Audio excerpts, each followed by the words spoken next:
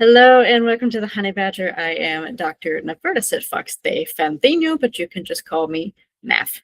I am a doctor of metaphysical humanistic sciences and a certified spiritual counselor, and I have been doing this work for 14 years as of this video. I am also a psychic medium, so this channel is going to be all about spiritual things, such as my own personal experiences with psychic mediumship and my own experiences delving into spiritual modalities. In this particular video, I'm going to talk about something that's a lot more recent. In fact, it takes place back in 2022 as of this video. Now, if you watch my other video, it was more of things that happened in my childhood, and more of that to come in a later video. But this one in particular has to do with two dreams that I had back to back in one night that involved a banshee. Now, if you don't know what a banshee is, she is the harbinger of death, but it is not of your own death. It is of a death of a loved one. It could be a family member. It could be a close friend.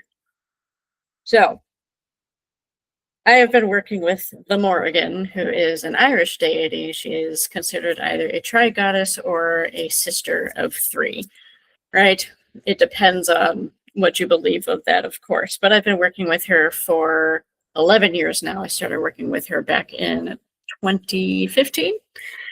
And in this particular instance, she wasn't the Morrigan as she always appeared. This was actually my first time meeting Bhavgata.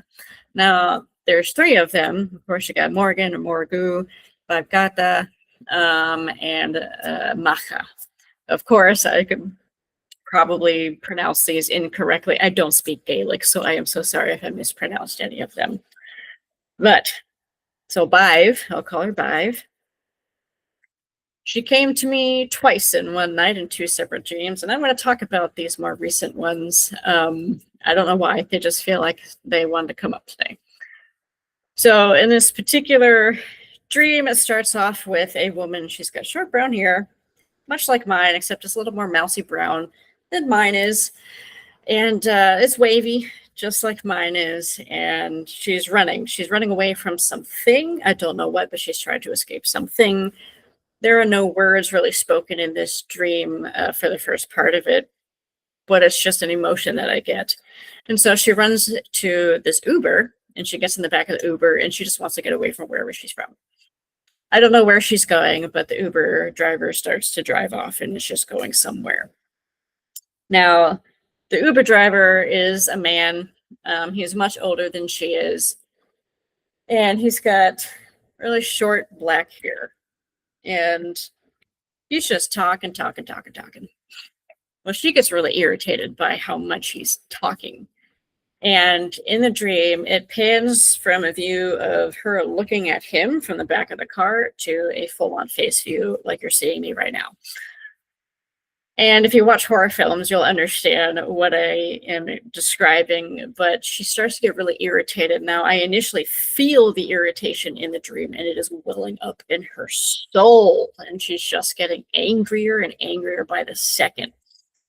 Her mouth starts to turn black from the lips all the way up. It doesn't quite get up to her eyes, but it gets all the way up to here. It just turns black. It opens really big and wide. She's got these sharp, jagged, demonic-looking teeth all of a sudden. And she just lets out this guttural scream that I will not forget. It was jarring, to say the least. But when she did this, the man's head exploded, and the car stopped, and she ran out of the car. She was actually quite freaked out by what she had just done.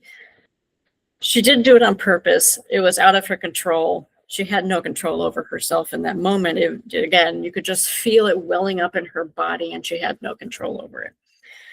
So she runs to the back of this elementary school, and it's kind of like in this foresty little area. There's a little trail back there that leads out to the street.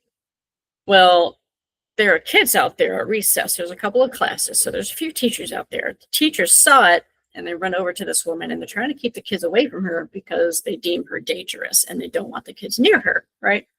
So all the kids are, kind of in the back. They're still in the little playground area, except for one girl. She's much taller than the other kids. She's a little heavier set, and she's got long hair, kind of like mine, and it's also kind of jet black. But she had this face on her of forgiveness, that she wasn't scared of this banshee. She wasn't scared of this woman because that's what she appeared as. She wasn't scared of her, even though she did what she just did. But she forgave her because there was just some connection between these two where she just understood that she didn't mean to do it. She didn't mean to kill this man, but it just happened. But that's where that dream ends. Now it pans to a different dream where I'm in a very dark forest and there's a suspension bridge in the middle of this forest, and the banshee looks completely different in this dream. She's very tall, she's very slender, she's got that kind of grayish looking skin, she has kind of crazy looking black hair, and her dress is like, I don't even know how to describe it. It's kind of like old tattered robes is what she looks like. And she's in the center of this bridge and she's trying to exit this forest, but there's a demon right in the exit way to get out of this forest at the other end of the bridge. And he's this gluttonous looking demon. He's very overweight. He's got boils all over his body. And so she's trying to escape this forest, but he won't let her. So they start going at it. They start battling each other. But somewhere along this battle, she realizes that she's not going to win. And when she realizes she's not going to win, she morphed into this little boy with bright red hair, freckles on the cheeks. And it panned to this view of, again, like a horror film where, let's say there's a bookshelf that's going to fall down on somebody. It's the point of view of the bookshelf, right? So it's the point of view of the demon to devour this little child. Now, I don't see it, but it gets about this close to the boy's face, and he's just looking in terror, and the dream cuts out.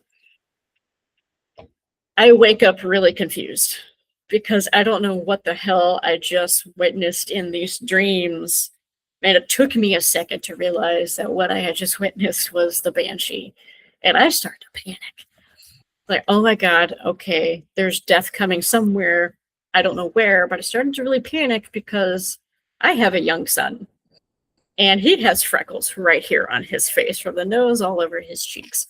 So I start to panic. I think it's going to be my child, but I don't know when this is going to happen. So I'm in a frantic. Jump to a year later in 2023. I am at work and I get a text message from my father telling me that my uncle had passed away. He shot himself in the face.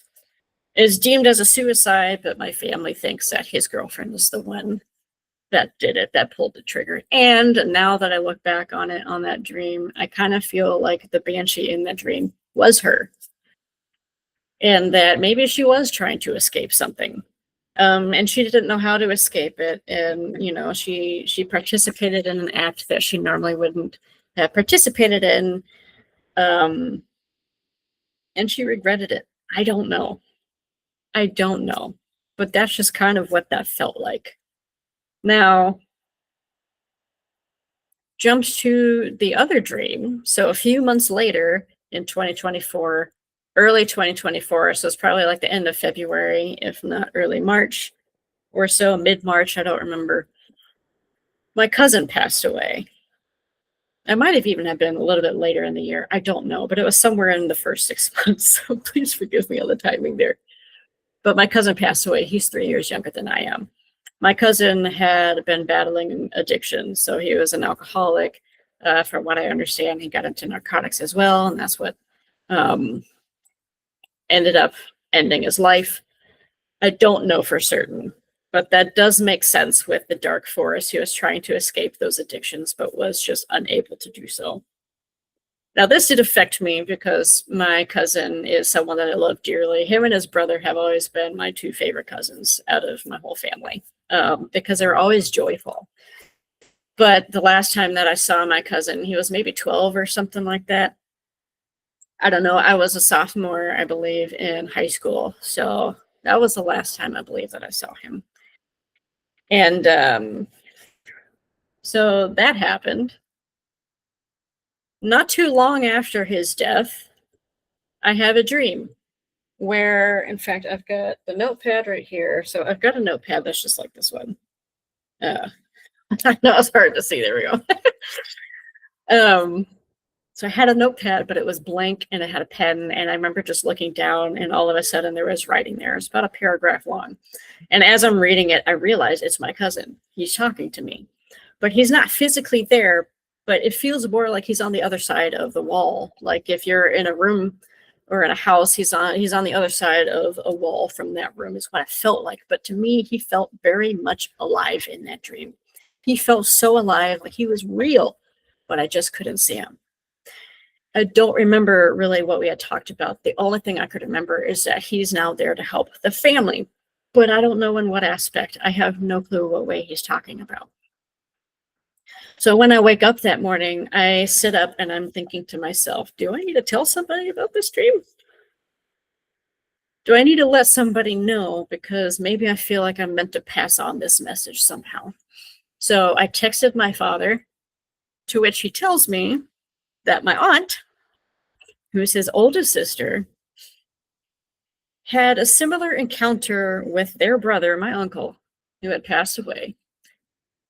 But nobody had wanted to hear about it. But thank you for letting him know anyway. And I just got this really disappointed feeling.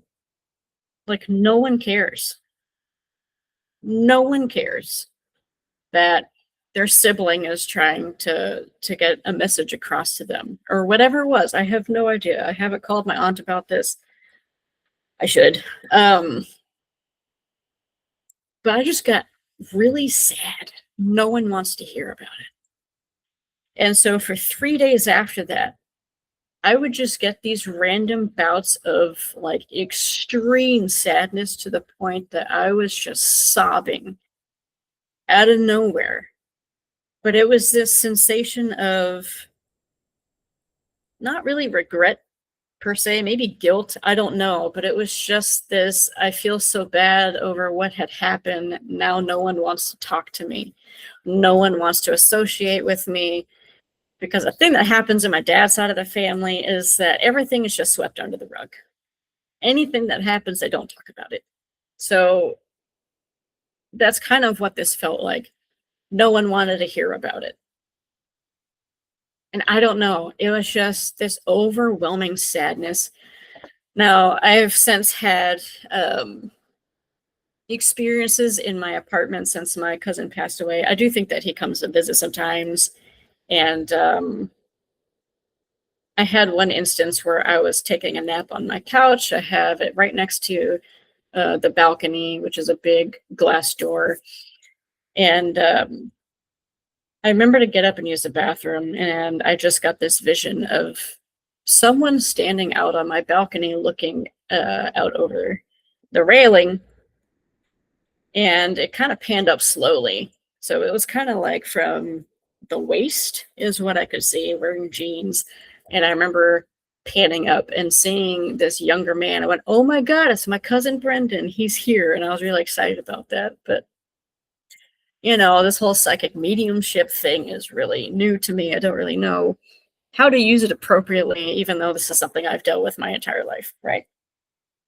So it does come around. And then at other times, like my spirit team or family members, ancestors, whatever, they're all on the right side of me, but like behind me. So like that's how they always show up. That's where I always feel them. And you know, ever since then, I think it was for like a week, there were a couple of times where I could feel my hair on the right side being played with, and I could feel someone poke my neck. But it felt more curious in energy. It didn't feel like anything negative. So I just kind of let it be and let it do its thing. And, you know, letting it know energetically that I acknowledged it. I think it was my cousin. I really do.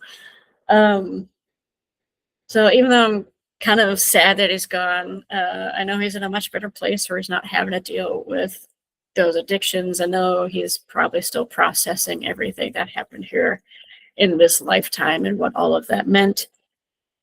And hopefully in the next lifetime, he'll have a better go at it, I guess. I'm sure similar things will, you know, come up for him to get through, but hopefully he'll have a much better time getting through. But I do know that he is over there with my grandma, my dad's mother. She's also with me most of the time. And this is a recent discovery that I've had in like the last year or so. In fact, I think it was December of 2024 that I understood my grandmother was around. It's like, oh, I only met her like once or twice when I was younger, and I didn't know anything about her after that. She died when I was 11, so it's a surprise to me that she was hanging around and helping me out. But I feel really lucky, and I'm happy to have both of them really here with me. And I don't know. These are just things recently that I've been experiencing, and there's a lot more things that have been going on in recent years, more so than just childhood. But, I will eventually get back to videos about childhood. It's just going to kind of go all over the place. But I don't know. Hopefully, some of you have had similar experiences where you can kind of feel seen in hearing this type of story and know that you're not alone in these experiences. Put a comment down in there. Tell me a story about something that happened to you. I love reading about them because it's just so fascinating to me to hear about different experiences, because there's really no two that are the same. And yet we all have a very similar experience. I don't know. But anyway, put your comments down in there. I love to read about them. Like, subscribe, hit the bell icon as well, because these are all intuitive videos. I have no set schedule. I refuse to be tied down to an algorithm. I don't care to do any of that. So I'm going to save my sanity and just put these up whenever I feel like it. And also, if you want to work with me one-on-one, if you're looking for your own personal transformation, or you want to understand your own gifts, or maybe you just want to open up your own intuition and learn what those gifts are going to be, whatever they are, you can work with me one-on-one. My website is going to be down in the description box, where you can go set up a free consultation and we can talk about it and see where we're going to go from there. You can also go on my website and find a course that you can do on your own. You don't have to have me there with you. It is downloadable content. You can go download that and work on it yourself, whichever. But I look forward to speaking with all of you and working with you in the future. I'll see you soon.